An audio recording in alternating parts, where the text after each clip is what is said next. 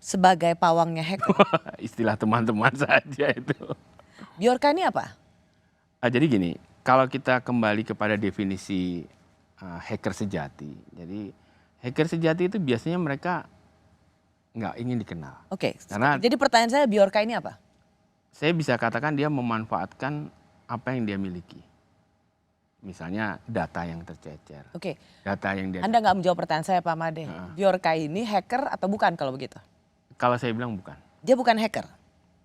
Hacker yang sejati dia tidak akan memanfaatkan sebagai keuntungan dia baik famous ataupun finansial. Tapi kan kita juga tahu ada hacker hitam, hacker Ya, itu abu-abu, akhirnya hacker sekarang putih. bergeser hacker itu dia Jadi yang hacker putih hitam, seperti hacker Anda yang putih, lakukan dulu, abu-abu ya di tengah-tengah hacker hitam. Kenapa Anda tidak langsung mengatakan bahwa Bjorka ini adalah seorang hacker hitam?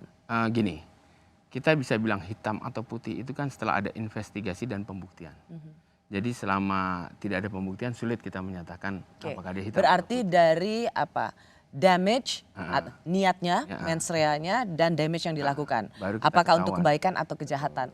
Tapi kalau saya tanya ini hacker atau bukan, karena kalau saya lihat hacker itu kan punya skill yang sangat besar. Betul. Dia memiliki kemampuan untuk meretas, masuk ke dalam sistem, dia lakukan banyak hal yang kemudian bisa sampai satu sistem itu mati atau shutdown.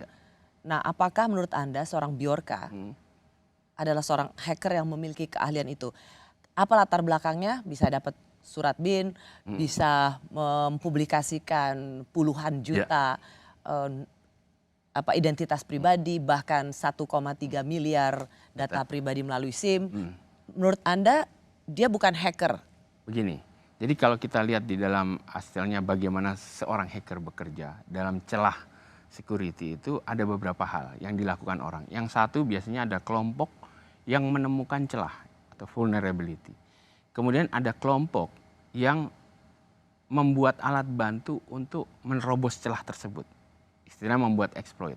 Kemudian ada kelompok yang menerapkan alat bantu itu, kadang-kadang bukan yang buat, untuk memanfaatkan celah tersebut.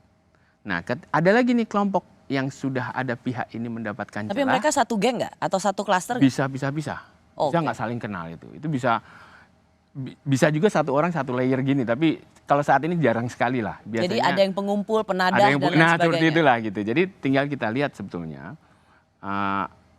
apa yang dia tunjukkan. Jadi misalnya ada orang memang yang suka sekali menemukan vulnerability. Itu track record dia tuh banyak tuh, dia vulnerability yang dia temukan. Ada orang yang sukanya bikin exploit, track recordnya dia exploit ada. Nah sekarang kita tinggal lihat track record dia itu apa. Nah kalau dia memang banyak istilahnya memberitahu data, ya mungkin dia adalah orang yang mendapatkan data secara banyak. Oke.